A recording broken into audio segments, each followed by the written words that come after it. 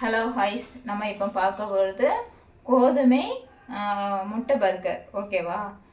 இந்த வீடியோவை பார்க்கறதுக்கு முன்னால் எனக்கு வீடியோ பிடிச்சிருந்தா லைக் பண்ணி கமெண்ட் பண்ணி சப்போர்ட் பண்ணுங்கள். ஓகேவா?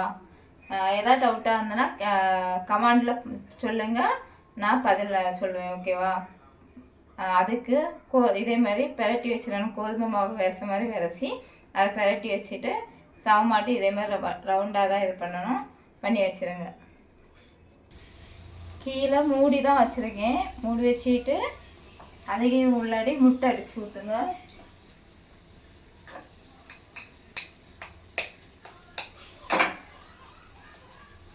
முட்டை அடித்து ஊற்றி 2 வெங்காயம், பச்சை மிளகா,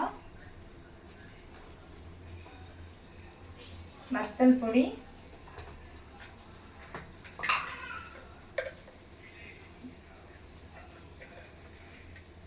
பெப்பர் பொடி போட்டுருங்க. அதுக்கு மேலே இதை மூடணும். ஓகேவா? பார்த்துருங்க, கொதிக்குதா? இதே மாதிரி எண்ணெய்க்கு போட்டு பொரிச்சு எடுக்க வேண்டியது தான்.